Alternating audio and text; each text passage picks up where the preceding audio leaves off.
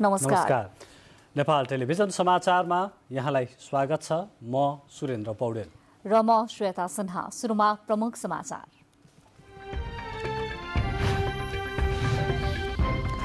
कानूनी राज्यको प्रत्याभूति दिलाउन सरकारी वकिलहरूलाई प्रधानमन्त्रीको आग्रह।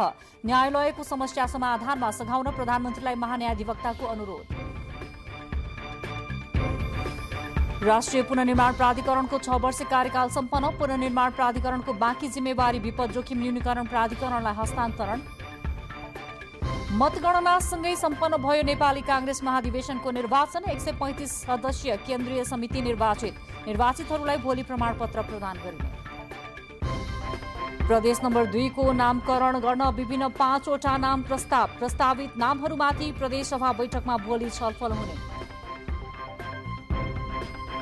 कोरोना विरुद्ध खोपको सट्टा फाइजरले उत्पादन गरेको खाने चक्कीलाई अमेरिकी औषधि व्यवस्था विभागको अनुमति।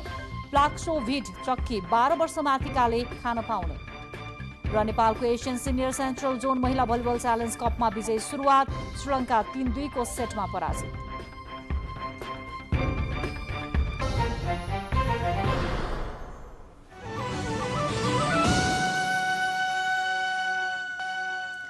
समाचार अब विस्तारमा।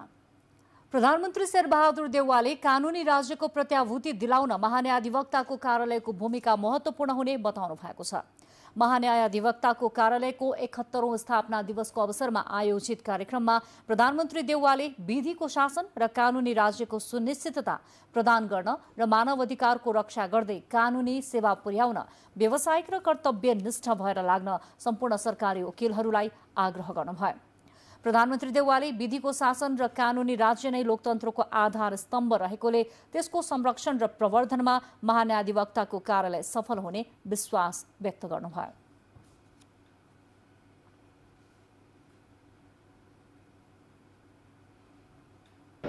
मुलुकको शासन प्रभावकारी रहित कार्यान्वयन राज्यको प्राथमिक महत्त्वपूर्ण जिम्मेदारी गर्नुपर्दछ। अपराध संहिता लगायतका नयाँ फौजदारी कानुनको प्रभावकारी कार्यान्वयन र नागरिक अधिकारको संरक्षण गरी कानुनी शासनको सुनिश्चितता ल्याउने कार्यमा यो सिङ्गो संस्था तथा संस्थामा कार्यरत सरकारी वकिलहरूको महत्त्वपूर्ण भूमिका रहन्छ। सरकारका तर्फबाट गर्नुपर्ने अभियोजन कानुनी विवादको प्रतीक्षा गर्ने व्यावसायिक दायित्व यस संस्थामा निहित रहेको छ। राज्य र सरकारका कामको कानुनी वैधानिक परीक्षण यस संस्था सम्पादन गर्ने कार्य क्षमताले उच्च महत्त्व राख्दछ। महान्यायाधिवक्ता खम्ब बहादुर खातीले पछिल्लो समय न्यायालयमा समस्या हुँदा सेवाग्राही मर्कामा परेको र गुनासो बढ्दै गएको बताउनु हुँदै न्यायालयमा देखिएको समस्या समाधानको लागि पहल गर्न प्रधानमन्त्रीसँग आग्रह गर्नुभयो। आएको गुनासो दिनानुदिन सुनिराखेको अवस्था छ र यसमा सम्मानित सर्वोच्च अदालतको प्रधान न्यायाधीशको सन्दर्भमा जुन कुराहरू भइराखेका छन् यसको सन्दर्भमा सम्माननीय प्रधानमन्त्रीज्यूसँग म के निवेदन गर्न चाहन्छु भने आज पार्लियामेन्ट पनि सुचारू रूपमा चलिरहेको छैन र केही यस्ता विषयवस्तुहरू हुन्छन् जुन विषयवस्तुहरूको सन्दर्भमा नेपाल सरकारले पनि विशेष चासो दिनुपर्ने आवश्यकता र औचित्यता देखिरहेको अवस्था छ। नेपाल बार एसोसिएसनका अध्यक्ष चण्डेश्वर श्रेष्ठले न्यायालयप्रतिको विश्वास कमजोर बन्दै गएको उल्लेख गर्नुहुँदै सरकार र राजनैतिक दलहरूले न्यायालयको समस्या समाधान गर्न तत्काल कदम चाल्नुपर्ने बताउनुभयो। सक्षम न्यायपालिकाको परिकल्पना त गरेको छ, तर स्वच्छ हुनको लागि जो जिम्मेवारी हो, इमानदारीता हो, उच्च नैतिक चरित्रता हो, त्यो चिज यदि हामीमा भएन भने न्यायपालिकाको रूपमा होइन, लोकतन्त्रको रक्षा संविधानको रक्षाको लागि भूमिका निर्वाह गर्नुपर्ने न्यायपालिका त्यो न्यायपालिकाको गरिमा हट्न जान्छ, जसले गर्दाखेरि लोकतन्त्र माथि प्रश्न उठ्छ, लोकतन्त्र स्थिर रहन सक्दैन। स्थापना दिवसको अवसरमा महान्यायाधिवक्ताको कार्यालयले 1.5 दर्जन भन्दा बढी पूर्व तथा वर्तमान न्याय क्षेत्र विशिष्ट व्यक्तित्वहरूलाई सम्मानित गरेको छ। त्यसै गरी सर्वोत्कृष्ट वर्ष सरकारी वकिल 2078बाट सञ्जीव राम रेग्मीलाई सम्मानित गरिएको छ। त्यस्तै स्थापना दिवसको अवसरमा आयोजित कानून संकायमा अध्ययनरत विद्यार्थीहरूको वक्तृत्व कलामा प्रथम, दोस्रो र तेस्रो हुनेहरूलाई पुरस्कार प्रदान गरियो।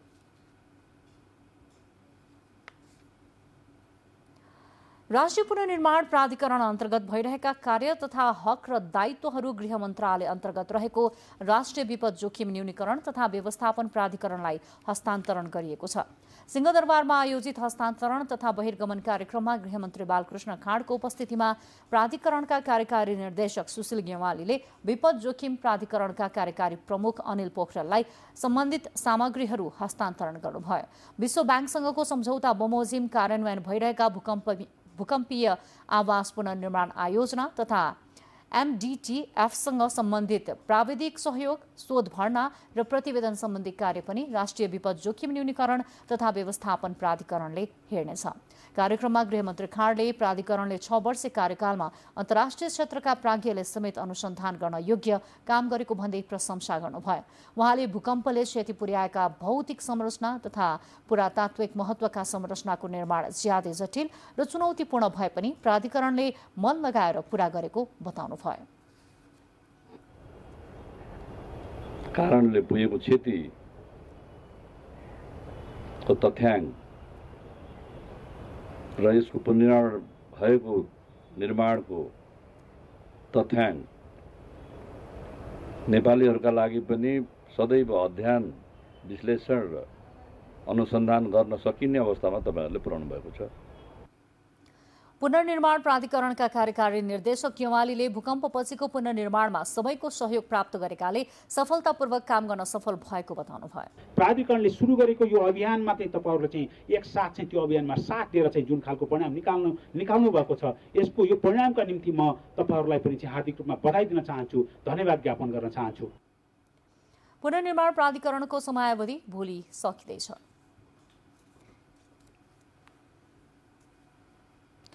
नेपाली कांग्रेसको 14औं महाधिवेशन अन्तर्गत सबै पदको मतगणना सम्पन्न भएको छ।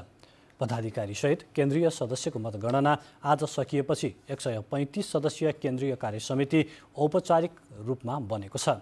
कांग्रेस निर्वाचन समितिका संयोजक एवं वरिष्ठ अधिवक्ता गोपाल कृष्ण घिमिरेले सबै पदको मतगणना सम्पन्न भएकोले आजै रातिसम्म सबै पदको नतिजा सार्वजनिक गर्ने तयारी भएको जानकारी दिनुभयो। कांग्रेसले यसअघि पदाधिकारी, खुला केन्द्रीय सदस्य, खुला महिला केन्द्रीय सदस्य, प्रदेश पुरुष तथा महिला केन्द्रीय सदस्य, दलित महिला तथा पुरुष केन्द्रीय सदस्य, मुस्लिम, थारू, मधेसी लगायत क्लस्टर अनुसारको मतगणना सम्पन्न गरिसकेको छ। बाँकी रहेका आदिवासी जनजाति केन्द्रीय सदस्य, खस आर्य केन्द्रीय सदस्य, महिला तथा पुरुषको पनि गणना अन्तिम चरणमा पुगेकोले आजै सबै सूची सार्वजनिक गरिने संयोजक घिमिरेले जानकारी दिनुभयो। निर्वाचित उम्मेद्वारहरूलाई भोलि प्रमाणपत्र वितरण गर्ने कार्यक्रम समेत निर्वाचन समितिले बनाएको छ। नेपाली कांग्रेसको 14औं महाधिवेशन अन्तर्गत प्रदेश नम्बर 2 को नयाँ नेतृत्वका लागि आज भइरहेको मतदान जारी छ। अहिलेसम्म 60% मत खसेको छ। मतदानको समय बढाएर 8 बजेसम्म तोकिएको थियो। बुधबार नै मतदान हुने कार्यतालिका रहे पनि मतपत्र छपाईमा भएको ढिलाइका कारण आज बिहान 10 बजेदेखि मतदान सुरु भएको थियो। जनकपुर धामको गोपाल धर्मशालामा कडा सुरक्षाबीच मतदान भइरहेको छ। अहिलेसम्म व्यवस्थित रूपमा मतदान भएको निर्वाचन समितिले जनाएको छ। मतदानका लागि 2 जिल्ला गरेर 4वटा बुथको व्यवस्था गरिएको छ। धनुषा 72, सिराहा 70, सर्लाही रौतहट र 12 पर्साका गरेर 4वटा बुथ तोकेर मतदाताले मतदान गरेका छन्। कांग्रेस प्रदेश नम्बर 2 को नयाँ नेतृत्वका लागि संस्थापन पक्ष र कोइराला निधि पक्ष प्यानलसहित चुनावी प्रतिस्पर्धामा उत्रिएका छन्। सहमतिमा नेतृत्व टुङ्गो लगाउने प्रयास असफल भएपछि दुवै समूह छुट्टा छुट्टै प्यानल बनाएर चुनावी मैदानमा उत्रिएका हुन्। बुलेटिनमा समाचारहरूको क्रम जारी छ। अहिलेलाई केही बेर विश्राम।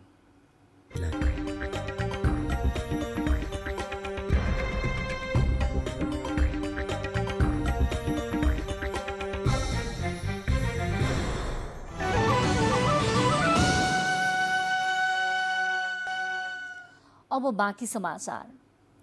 अमेरिकाले एमसीसी मार्फत दिन लागेको अनुदान सहयोग लिँदा नेपालको विकासमा योगदान पुग्ने भएरै विगतका सरकारहरूले सम्झौता गरेको भन्दै वर्तमान सरकारले सम्झौता अनुमोदन गर्न अघि बढाउने भएको छ। यससँगै राजनैतिक र कानुनी क्षेत्रमा एमसीसी सम्झौता फेरि चर्चामा आएको छ। पुरानो सरकारले साइन गरिसकेपछि यसको सही तथ्य सत्य चाहिँ बाहिर ल्याइएन। पोलिटिकल पार्टीलाई पनि गलत इन्फर्मेसन केही दिए कि यहाँ सैनिक पनि आउँछ, नेपाली कानुनलाई उल्लङ्घन गर्ने, नेपालको सर्वसत्तालाई असर पर्ने, नेपालको संविधानलाई मिच्ने खालको परिवर्तन भएको र अमेरिकन कानुन हाबी हुने भएको भनी गलत इन्फर्मेसन दिएपछि नेपाली पोलिटिकल पार्टीका विद्वानहरूले धेरै चाहिँ यो सम्झौता नपढिकन यो चाहिँ राष्ट्रहित छ लिनु हुँदैन, राष्ट्रहित विपरीत छ भन्यो। तर अहिले बुझ्दै जाँदा र सबै अध्ययन गर्दै जाँदा उनीहरूलाई के रियलाइज भने यो त होइन रहेछ भनेर यिनीहरू समस्या परेको। एकचोटि बोलिसकेपछि फिर्ता पनि लिन मिलेन, अगाडि नजाउँ भने पनि यो सम्झौता त राम्रै रहेछ। एमसीसीद्वारा प्रस्तावित परियोजना नेपालको हितमा छ वा छैन भन्ने बहस अहिले जनस्तरसम्म पुगेको छ।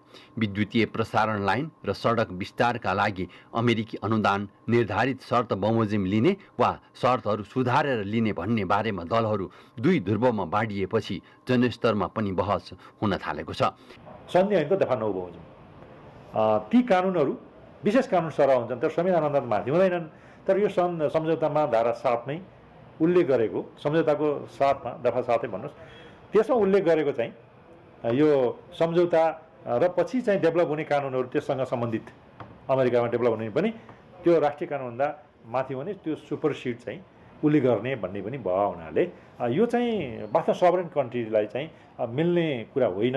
सार्वजनिक खरिद ऐन 2063 को दफा 67 के भन्यो भने यदि नेपाल सरकारले कुनै विदेशी राष्ट्र वा दात्री निकायसँग कुनै अनुदान लिएर विकास कार्य गर्न खोज्छ भने त्यो अनुदान दिने राष्ट्रको प्रोक्युरमेन्ट गाइडलाइन लागू हुन्छ, यो ऐन लागूहरू पर्दैन भनेर छुट दिएको हुनाले हाम्रै देशको कानुनले दिएको छुट अनुसार गरेको छ। जहाँ तक नेपालको कानुन अनुसार सन्धि ऐनले के भन्यो भने यहाँ के लेखियो त भन्दाखेरि यो एमसीसी एग्रिमेन्ट र नेपाल सरकारको बिचमा भएको सम्झौतामा के भन्यो भने यदि एमसीसीमा भएको शर्त सम्झौताको शर्तसित नेपाल कानुन बाजियो भने एमसीसीको एग्रिमेन्ट कायम हुन्छ भने जुन भने त्यसमा धेरै ठुलो युआइन क्राइ भन्यो, तर त्यो पनि होइन। एमसीसीको सहयोगले नेपालको आर्थिक विकासमा सहयोग पुर्याउनेमा सबै एकमत छन्, तर एमसीसीको गहिरो अध्ययन बिना बहस गर्दा कतिपय विषयमा अन्यल देखिएको र संसदबाट पास हुने वा नहुने भन्ने विषय पनि पेचिलो बन्दै गएको छ। नेपालको सन्धि ऐन 2047 को दफा 9 ले के भन्यो भने यदि कुनै सम्झौता नेपाल सरकार र विदेशी राष्ट्रसित सम्झौता भएको छ भने त्यो सम्झौता चाहिँ यो सम्झौता अनुसार कानुन सरह हुन्छ। त्यस्तो सम्झौतासित नेपालको कानुन बाजिएन भने सम्झौताको शर्त कायम हुन्छ, कानुन नेपाल कानुन लागू हुँदैन भने सन्धि ऐनको दफा 9 ले नै बोलिसकेपछि हाम्रो कानुन कहाँ उल्लङ्घन भयो? हाम्रो कानुनले मान्यता दिइसक्यो। दुई देशबिचमा भएको सम्झौताको दफा र नेपाल कानुन बाजियो भने सम्झौता प्रिभेल रहनेछ भनेको हुनाले त्यसले पनि नेपाल कानुन उल्लङ्घन भएको देखिँदैन। यो हाम्रो कानुनले नै मान्यता दिएको अवस्था छ। जनताले के म्यान्डेट दियो भन्दा 4 कुरा मात्रै तिमी संसदमा लैजाऊ भनेको छ नि त।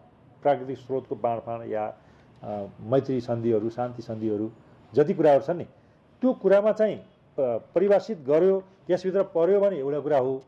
त्यो क्षेत्राधिकारभित्र, संसदको डोमेनभित्र, संसदको क्षेत्राधिकारभित्र यो चाहिँ परियोजना पर्दैन।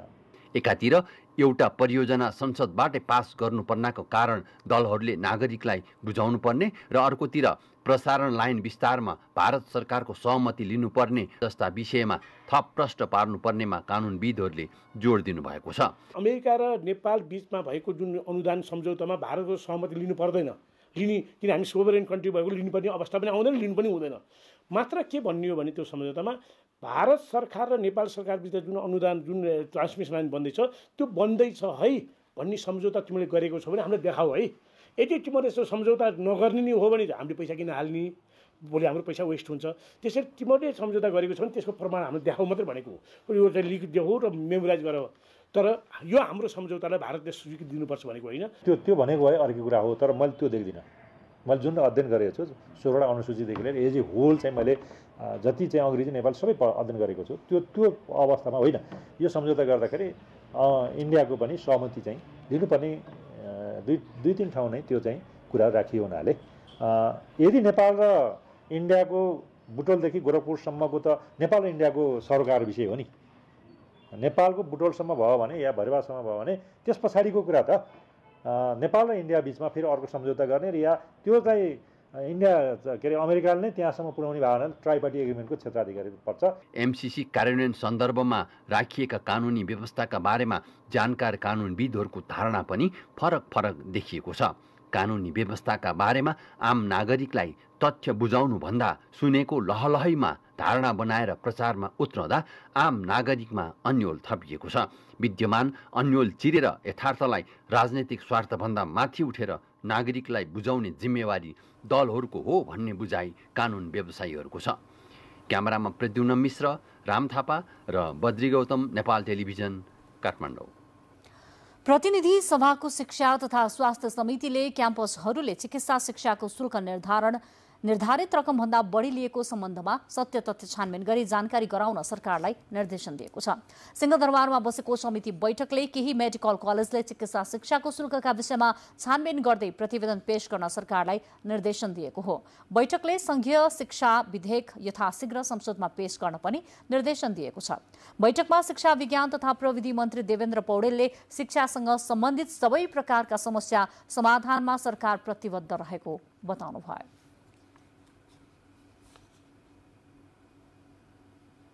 ध्यानमा गरेको राज्यका 3 निकायको व्यवस्थाहरूको शिक्षा प्रणालीको अधिकार प्रत्यायोजन गर्ने पक्षमा मन्त्रालय दृढ छ।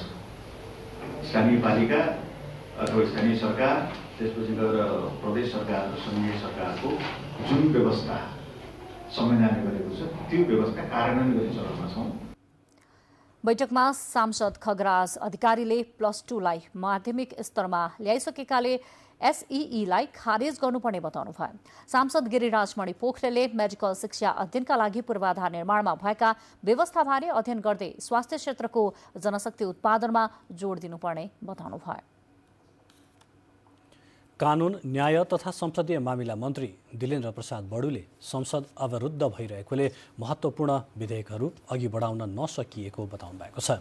सिंहदरबारमा बसेको प्रतिनिधि सभा अन्तर्गतको कानुन, न्याय तथा मानवाधिकार समितिको बैठकमा मन्त्री बडुले नागरिकता सम्बन्धी विधेयक संसदबाट पारित हुन नसक्दा जटिलता थपिँदै गएको भन्दै विधेयकका बारेमा भएका असहमतिलाई सदनबाटै टुङ्गो लगाउनु पर्ने धारणा राख्नुभयो।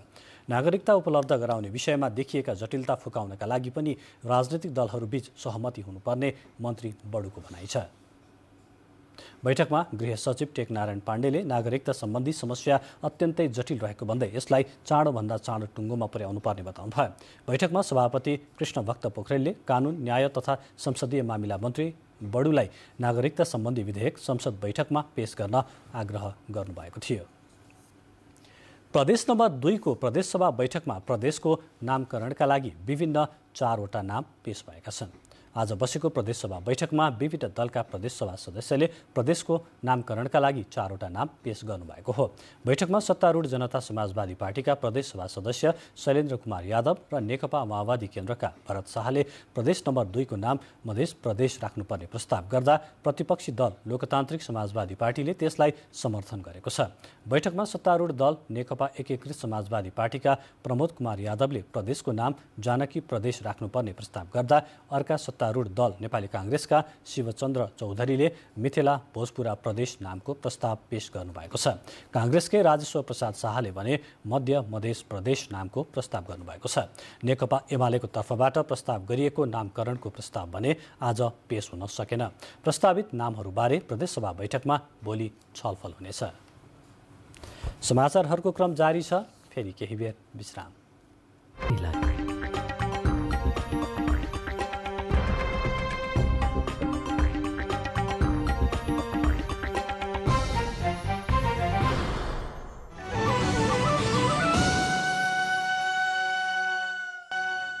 अब बाँकी समाचार।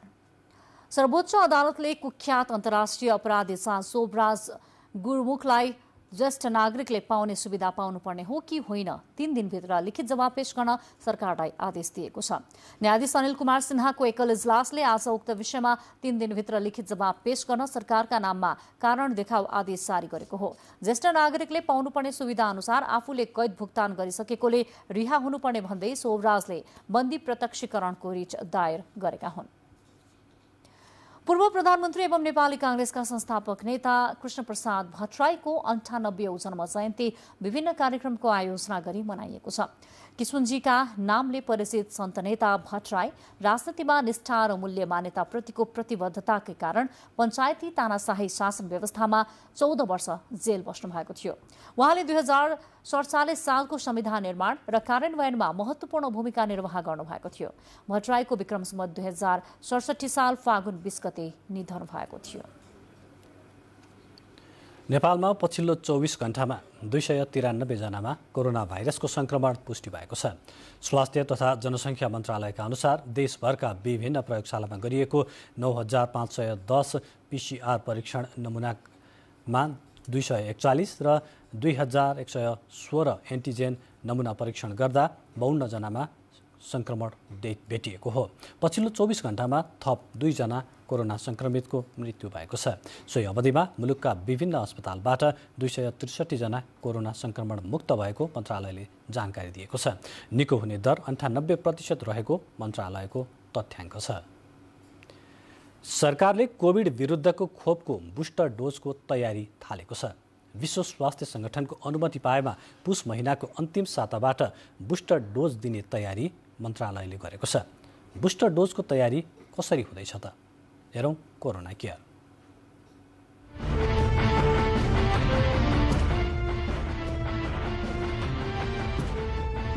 सरकारले पुसको अन्तिम साताबाट कोभिड-19 विरुद्धको बुस्टर डोज दिने भएको छ।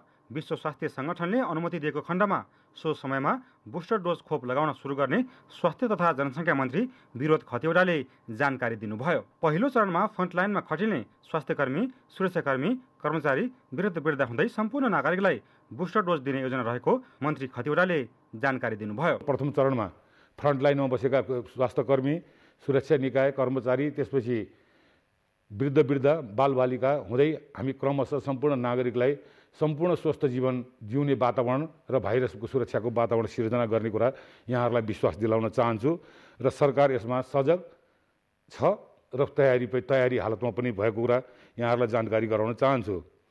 एन्टिजोन पोजिटिभ फेला परेको थप नमुना सङ्कलन गरी जिन सिक्वेन्सिङ गर्ने गरिएको छ। आम नागरिकका लागि कोरोना ओमिक्रोन सम्बन्धित आवश्यक जानकारीहरू सबै सञ्चार माध्यमबाट आइरहेको कुरो यहाँहरूलाई अवगत नै छ।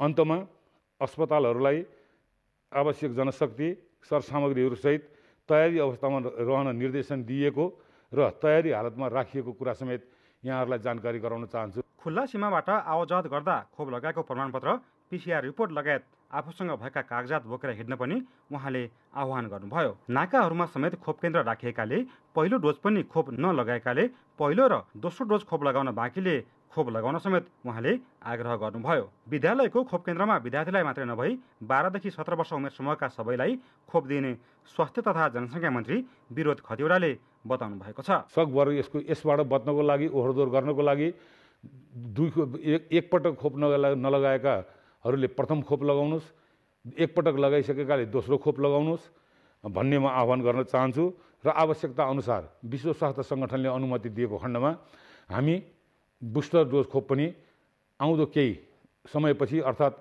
जनवरी पहिलो हप्ता वा पुसको अन्तिमतिरबाट हामी आवश्यकता अनुसार WHO ले अनुमति दियो भने हामी बुस्टर डोजमा जान चाहन्छौँ। मन्त्री खतिवड़ाले 12 देखि 17 वर्ष उमेरका सबैले विद्यालयमा गएर खोप लगाउन सक्ने बताउनुभयो।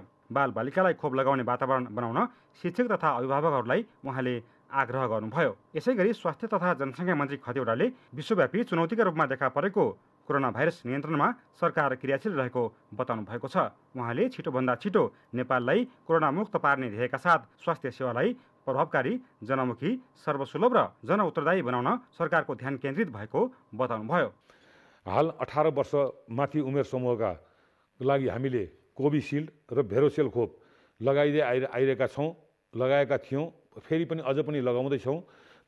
त्यस्तै गरी 18 वर्ष मुनिका 12 वर्षदेखि 17 वर्ष समूहका लागि हामीले मोडर्ना र फाइजर खोप लगाउने अभियान सुरु गरिसकेका छौँ। गएको पुस 4 गतेबाट प्रत्येक स्कुललाई बुथ बनाएर यो काम हामीले सुरु गरेको कुरो यहाँहरूलाई अवगत नै छ। त्यसकारण सम्पूर्ण विद्यार्थीहरूलाई त्यहाँ खोप लिने वातावरण सिर्जना गरिदिन स्कुलका शिक्षक देखि लिएर अभिभावकहरूलाई पनि अनुरोध गर्दछु। विश्वभरि नै अहिले कोभिड-19 नयाँ भेरिएन्ट अर्थात् ओमिक्रोन देखा परेको कुरा सर्वविदित छ। यस सम्बन्धमा हामीले केही प्रयासहरू थालिसकेका छौँ, जसमध्ये मुख्य प्रयासहरू यी यस्ता छन्। यसको लक्षणहरू नेपालमा प्रथम पटक देखा पर्ने बित्तिकै हामीले दक्षिण अफ्रिकासहित 9वटा देशहरूबाट हवाई मार्गबाट आउने यात्रालाई हामीले रोक लगाएका थियौँ भने त्यसपछि ट्रान्जिट पोइन्टमा रहेका यात्रारतमै बीच बाटोमा रहेकाहरूको लागि हामीले यहाँ काठमाडौँ आइसकेपछि 7 दिनसम्म क्वारेन्टाइन राख्ने प्रबन्ध गरेका थियौँ र उनीहरू स्वस्थ देखिएपछि मात्र बाहिर निस्किन दिएका छौँ, अर्थात् नेगेटिभ आएपछि मात्र हामीले बाहिर जाने व्यवस्था गरेका थियौँ।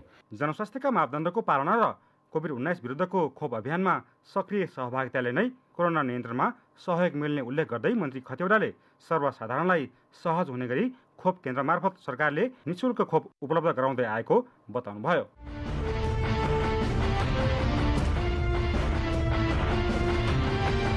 बुलेटिनमा अब प्रमुख समाचार फेरि एकपटक। कानुनी राज्यको प्रत्याभूति दिलाउन सरकारी वकिलहरूलाई प्रधानमन्त्रीको आग्रह। न्यायालयको समस्या समाधानमा सघाउन प्रधानमन्त्रीलाई महान्यायाधिवक्ताको अनुरोध। राष्ट्रिय पुनर्निर्माण प्राधिकरणको 6 वर्षीय कार्यकाल सम्पन्न। पुनर्निर्माण प्राधिकरणको बाँकी जिम्मेवारी विपद जोखिम न्यूनीकरण प्राधिकरणलाई हस्तान्तरण। मतगणनासँगै सम्पन्न भयो नेपाली काङ्ग्रेस महाधिवेशनको निर्वाचन। 135 सदस्यीय केन्द्रीय समिति निर्वाचितहरूलाई भोलि प्रमाणपत्र प्रदान गरिने। प्रदेश नम्बर 2 को नामाकरण गर्न विभिन्न 4वटा नाम प्रस्तावित नामहरूमाथि प्रदेशसभा बैठकमा भोलि छलफल हुने। कोरोना विरुद्ध खोपको सट्टा फाइजरले उत्पादन गरेको खाने चक्कीलाई अमेरिकी औषधि व्यवस्था विभागको अनुमति। प्लाक्सो भिड चकित 12 वर्ष माथिकाले खान पाउने। नेपालको एसियन सिनियर सेन्ट्रल जोन महिला भलिबल च्यालेन्ज कपमा विजयी सुरुवात। श्रीलङ्का 3-2 को सेटमा पराजित।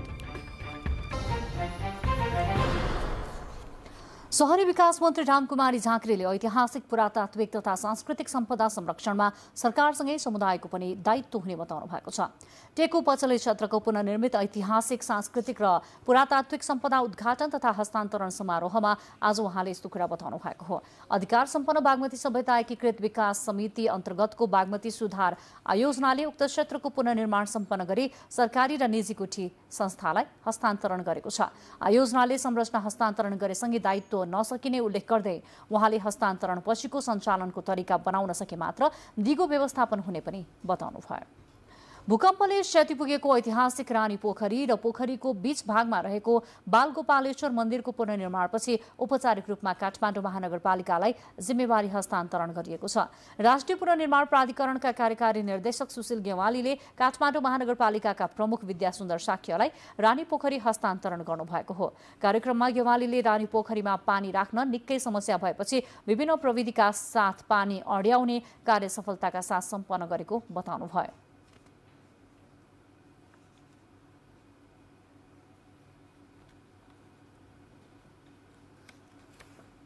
जे कुरा बनाए त्यसलाई त्यही रूपमा त्यही स्वरूपमा हामीले चाहिँ बदल्न सफल भएका छौँ। कार्यक्रममा काठमाडौँ महानगरका प्रमुख साक्यले ऐतिहासिक सम्पदाको उचित हेरचाह र जगेर्ना गर्न महानगर प्रतिबद्ध रहेको बताउनुभयो। महानगरपालिकाले चाहिने विज्ञता तपाईँहरूबाट प्रदान गर्ने हुन्छ।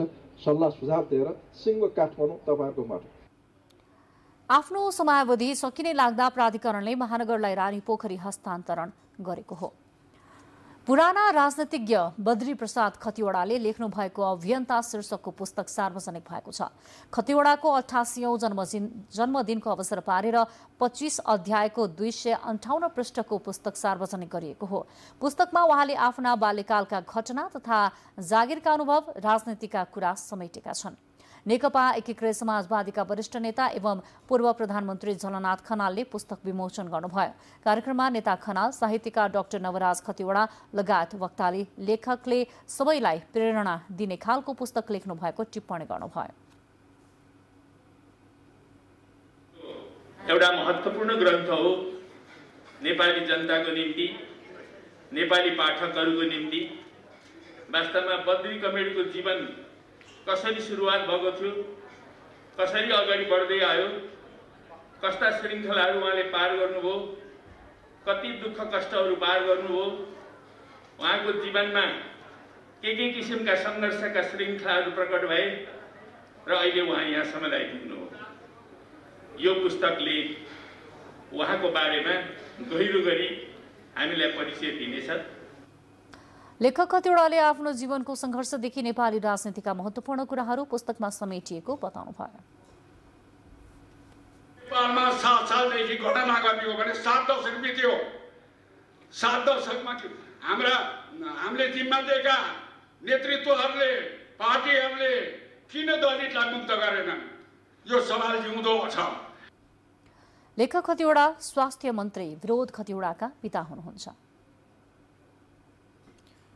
अब अन्तर्राष्ट्रिय समाचार। अमेरिकाको फाइजर कम्पनीले कोरोना भाइरसको उपचारमा खाने चक्की पनि बनाएको छ। चक्कीलाई अमेरिकाको खाद्य तथा औषधि व्यवस्था विभागले अनुमति प्रदान गरेको छ। 12 वर्ष माथिका व्यक्तिमा कोभिड पुष्टि भएका बिरामीलाई चक्की खान दिँदा अस्पताल जान नपर्ने र मृत्युवरण पनि गर्न नपर्ने बताइएको छ। प्ल्याक्सोभिड नामक चक्कीले प्रभावकारिता 89% रहेको दावी गरिएको छ। अमेरिकामा मात्र दैनिक 1 लाखभन्दा बढी कोरोना सङ्क्रमितहरू फेला परेको अवस्थामा फाइजर कम्पनीले यो वर्ष 1,80,000 पूरा मात्रा उत्पादन गर्ने क्षमता राख्दैछ। मागभन्दा ज्यादै कम उत्पादन क्षमता रहे पनि कोभिड उपचारको क्षेत्रमा प्ल्याक्सोभिड चक्कीले मानिसहरूलाई नयाँ जिजीविषा उत्पन्न गराएको छ। कोभिड लक्षण देखिएको 5 दिनभित्र खुवाउन सुरु गर्ने विभिन्न प्रकारका यसका चक्कीहरू 5 दिनसम्ममा पूरा मात्रा दिनुपर्ने फाइजरले जनाएको छ। यसैबीचमा कोरोना भाइरस सङ्क्रमणको प्रकोप बढेपछि उत्तरी चीनमा लकडाउन गरिएको छ। जोखिम बढेपछि उत्तरी चीनको सियान सहरमा 1,30,00,000 भन्दा बढी मानिसहरूलाई घरमै बस्न अधिकारीहरूले निर्देशन दिएका छन्। डिसेम्बर 9 यता त्यहाँ 143 जनामा कोभिड पुष्टि भएपछि लकडाउन गरिएको हो। हिजो घोषणा गरिएको प्रतिबन्धात्मक व्यवस्थामा प्रत्येक घरबाट 1 जनाले 2 दिन बिराएर आवश्यक सामग्री किन्न घर बाहिर जान पाउने भएका छन्। चीनले कोभिड पुरै नियन्त्रणमा गर्ने कडा रणनीति बनाएको छ। महामारी रोक्न त्यस अन्तर्गत सामूहिक परीक्षण र लकडाउन जस्ता उपाय अवलम्बन गरिएको हो। बाँकी समाचार अघि छोटो विश्राम।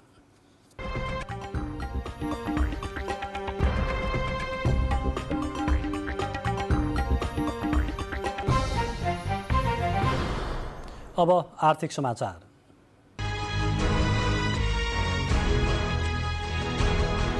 यस आर्थिक समाचारका साथमा पुस महिना लागेपछि बैंकहरूको निक्षेपमा सुधार देखिन थालेको छ। नेपाल राष्ट्र बैंकका अनुसार पहिलो साता निक्षेप 27 अर्ब रुपैयाँले बढेको छ। यद्यपि बैंकिङ प्रणालीमा लगानी योग्य रकम 13 अर्ब रुपैयाँ मात्र रहेकोले अब ऋण लगानीमा शिथिल बनाउँदै लैजानुपर्ने राष्ट्र बैंकले जनाएको छ।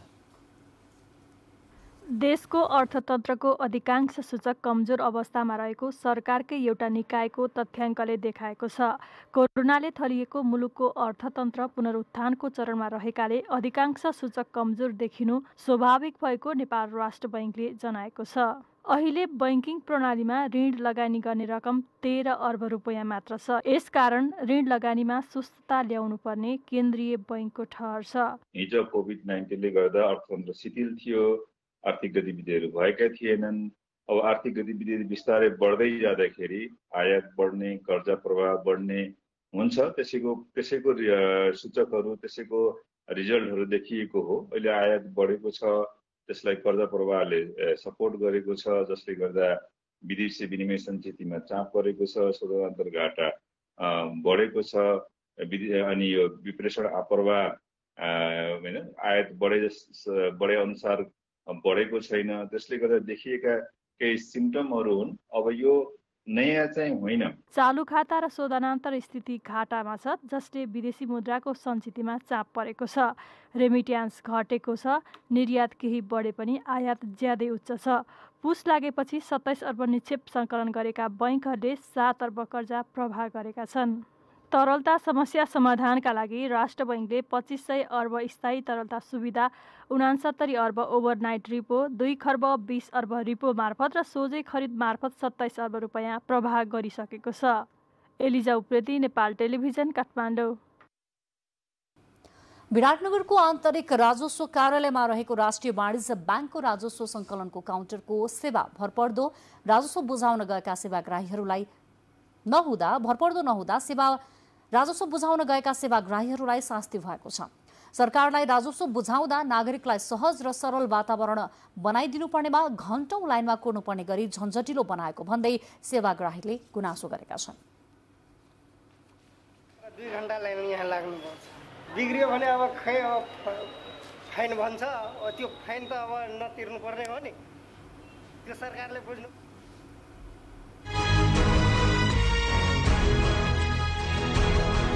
यस आर्थिक समाचारका साथमा अब खेल समाचार।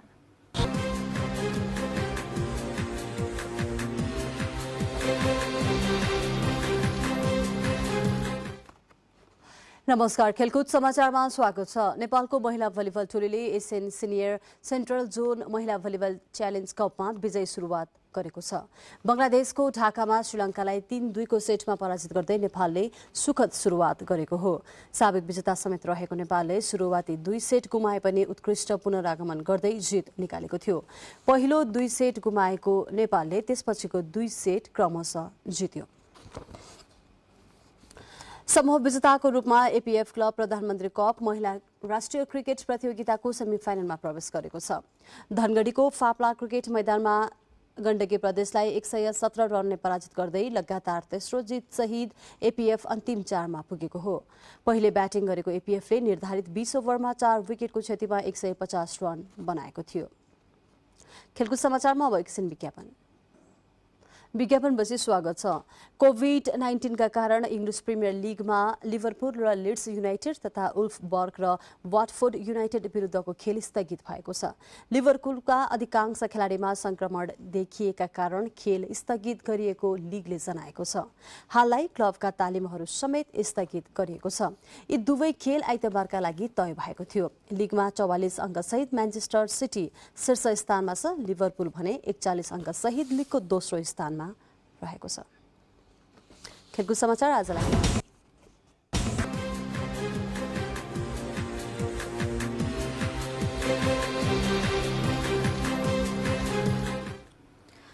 बुलेटिनको अन्त्यमा प्रमुख समाचार पुनः एकपटक।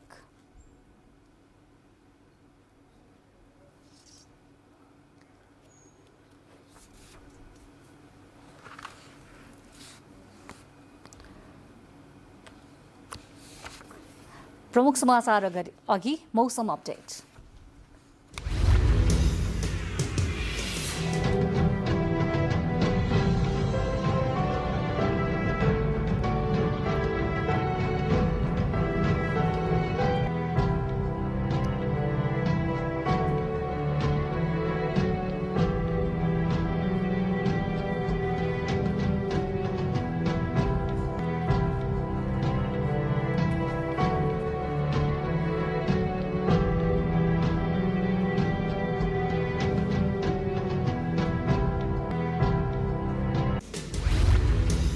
बुलेटिनको अन्त्यमा प्रमुख समाचार पुनः एकपटक।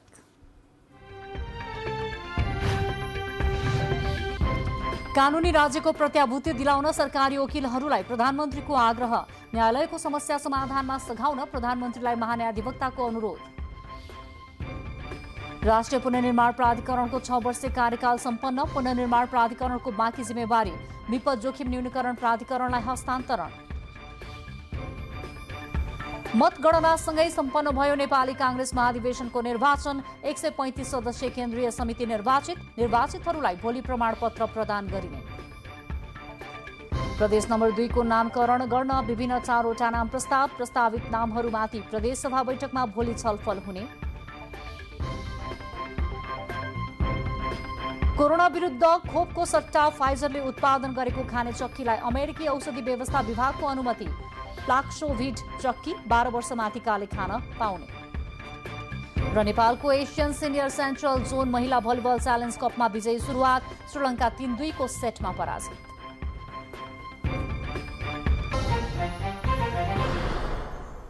अवस्था समाचार अहिलेलाई सकिएको छ। बिदा दिनुहोस्। नमस्कार।